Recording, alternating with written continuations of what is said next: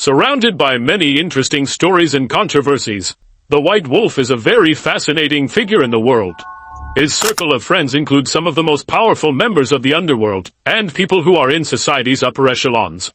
Thanks to a number of degrees from universities including Stanford, and a voracious reading habit, Chang Anlou's mastery of Chinese history and politics has inspired awe among professionals in a variety of areas. Watch the video till the end as we tell you about one of the most influential people in the world. Early life and the Bamboo Union. Chang Anlou was born in China on March 13, 1948, and moved to Taiwan with his family in 1949 after Chinese communists assumed control of the mainland. He joined the Bamboo Union as a teenager and rose quickly through the ranks. The United Bamboo Gang was one of the most powerful groups of criminal gangs at that time. They had a sizable following, with a majority of its members being mainland Chinese. They were purely motivated by profit, and were involved in organized homicides and drug trafficking. In the late 1960s, the Bamboo Union's membership objectives had moved from street warfare to profiteering. After joining the union, Chang Anlou was so dedicated to the gang that he did everything he could to quickly advance through the ranks. Consequently, the gang quickly gained prominence and established a reputation for providing security and extorting money from area businesses and manufacturers. Following the Vietnam War, thousands of well-paid American GIs flocked to Taipei for R&R, and as a result, the gang's coffers flooded. At that time, the Chinese nightclub owners encouraged Bamboo Union members to get involved in their establishments, in order to drive out competing gangs of ethnic Taiwanese, who were vying for a piece of the lucrative gambling, prostitution and drug trade. Time in America. Thanks to the injection of so much money, the Bamboo Union was rapidly evolving into a transnational crime syndicate. Then in 1968, Chang Anlou, who was now one of the leaders of the union, traveled to Las Vegas to investigate and maintain discipline in the Bamboo Union's burgeoning empire, particularly in California's Chinatowns and Las Vegas's gambling halls. Chang then came into prominence in 1986, when he was dubbed the White Wolf in the United States. He was one of 9 individuals convicted on narcotics and racketeering charges for his roles in the Bamboo Union gang. The Taiwan-based international crime ring was also charged for a politically motivated death in Daly City, California. In 1984, Henry Liu, who was a crusading Taiwanese-American journalist, authored an unflattering biography of Taiwan's president at the time, Chiang Ching-kuo. According to court actions in the United States and Taiwan, it was deduced that officials in Taiwan's military intelligence service ordered his assassination. As a result of all the charges, Chang was sentenced to serve time in 3 federal prisons: Leavenworth, Kansas, Allentown, Pennsylvania, and Oakdale, Louisiana. After serving his sentence, Chang returned to Taiwan and started working in the construction industry. A moment in history. When Chang came back, the union was led by Chen Shili, who was the sworn brother of Chang Anlou. The organization was at its pinnacle in the 1980s and 1990s, and was advancing thanks to Chen Shili's vision and charisma. In the mid-1990s, Chang was having legal issues, so he went to Taiwan in June 1996 to investigate the possibility of investing in a wig factory. However, his trip was shortened and he had to flee to China after a warrant for his arrest was issued, allegedly linking him to a debt scandal and the death of a Taiwanese legislator, along with construction fraud. In view of this, Chang himself claimed that he got himself into problems because of a government proposal to grant amnesty to members of organized crime, in exchange for admissions and a commitment not to engage in any more illicit operations. Chang stated that he refused to consent to a Taiwanese government restriction on contacting his organized crime friends, including Chen Shili. Then came the worst day of his life, when Chang's son was stabbed to death in an elevator at a Taipei karaoke bar in April 1998, after a fight with a member of the Four Seas gang. To pay their condolences, around 2,000 gang members, legislators, businessmen and celebrities from all over the island congregated at Taipei's second funeral parlor. The funeral procession spanned over a mile and comprised roughly 70 Cadillacs. Authorities actively looked for the Four Seas members who were involved in the killing, to avoid the start of a gang war. The result was a positive one, as the authorities were able to defuse the situation and avoid an all-out war. Entry in politics. But despite an extensive criminal record in Taiwan, Chang claimed that he has been misunderstood by the authorities. He also denied committing crimes in the United States at any time. He stated that he despises the police investigations in Taiwan and China, and that his main source of income is just $1,250 each month from the wig factory. But as you can guess, he wasn't being honest. However, just like many other accused Taiwanese gangsters, Chang was interested in politics, since politics and organized crime have a long linked history that predates the Chinese Communist Party's rise to power.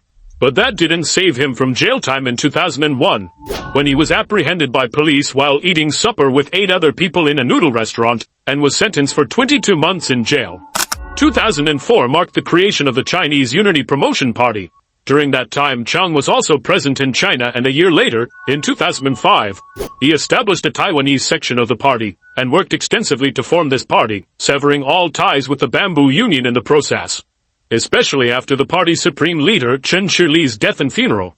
Chen's death in 2007 came as a shock to Chang, as he was loved and respected by everyone. Chen's funeral drew almost 10,000 people, including a number of officials from Taiwan's still developing democracy, which was battling to overcome long-standing ties to organized crime.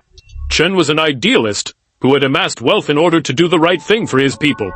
He was so respected, that along with Bamboo Union, Taiwan's other 2 biggest criminal groups, the Four Seas Triad and the Celestial Way, were also present to pay their respects. The return to Taiwan. After a few years of living away from Taiwan, Chang eventually returned to Taiwan in 2013, and was instantly detained by Taiwanese authorities at Songshan Airport, before being freed on bail. Ma Ying-jeou, the president at the time, was chastised for his handling of Chang. After being freed, Chang established campaign headquarters for the Chinese Unification Promotion Party in downtown Taiwan to prepare for the 2016 elections.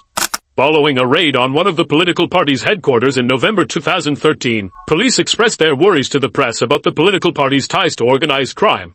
They suspected that the political party was allegedly being used as a front for membership in the Bamboo Union gang in New Taipei City, and that illicit firearms were being transported and utilized in racketeering and turf conflict by the Yes-Shi branch.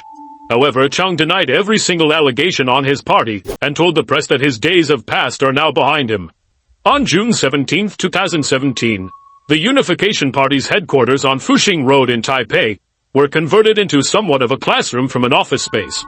And Chang An-lo, who was the face and spirit of the party, gave a 3-hour-long lecture to over 100 core members of the party. Chang's frameless spectacles, tailor-made Chinese-style suit, humble grin, and eloquence on stage gave him the appearance of a college professor, which was completely opposite to Chang's reputation as a former crime leader. Adding to that, Chang's political ideas were completely opposed to the mainstream in Taiwan. According to Chang An-lo, the One China concept is the bottom line for settling the Taiwan crisis, which the communists on the mainland and the KMT in Taiwan also agree on.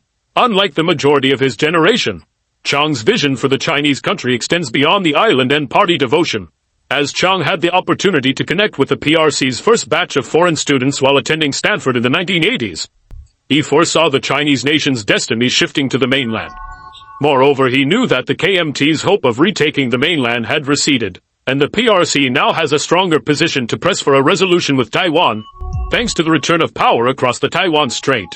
Even Chinese President Xi Jinping stated in one of his interviews that the Taiwan issue cannot be passed down through the generations. To solve this major issue, Chang believes that Taiwan's voluntary acceptance of the PRC's one country, two systems formula will put Taiwan in the strongest bargaining position with Beijing.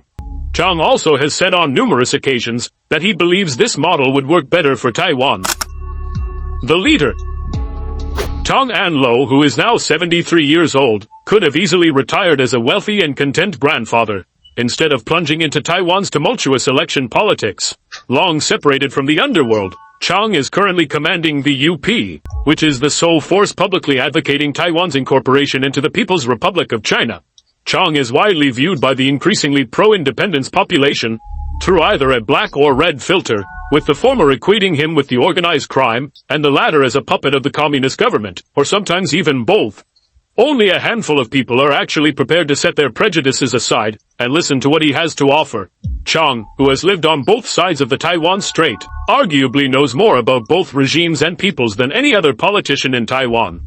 Although his unusual background makes people more skeptical, it does not rule out the potential that his suggestion is in the best interest of the Taiwanese people.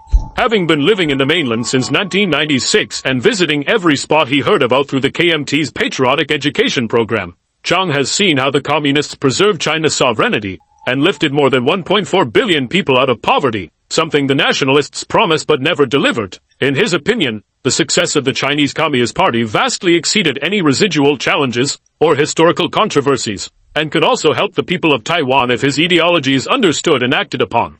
Well, that's it for today. We hope you enjoyed the content of the video. If you did, show some love and hit that like button, and don't forget to subscribe to our channel so that you never miss out on any of the amazing videos we have in store for you.